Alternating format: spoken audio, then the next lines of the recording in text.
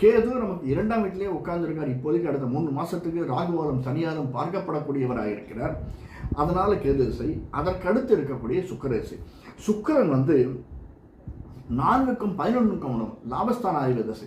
அந்த லாபஸ்தானாதிபதி என்ன ஒரே ஒரு ப்ளஸ் பாயிண்ட் என்னென்னா, இந்த சுக்கிர திசை நமக்கு அதிகமாக இன்னலை தராது. இந்த 3 மாதம் சனியனுடைய பார்வையினால் நமக்கு இன்னல் தருமானா நிச்சயமாக சுக்கிர திசை தர. இதில் அதிகமாக பாதிக்கப்படக்கூடியது கேது திசை. கேது திசையில் இருப்பவர்கள். அடுத்தது கடைசியில் கொஞ்சம் பார்த்தோம்னா சூரிய திசையில் இருப்பவர்கள். சூரியன் சந்திரனுக்கு சனிக்கும் ஆகவே ஆகாது. நம்முடைய வீடே சந்திரனுடைய வீடு தான். அதனால் சந்திரனுடைய வீடுங்கிறதுனால சனிக்கும் சந்திரனுக்கும் ஆகவே ஆகாது.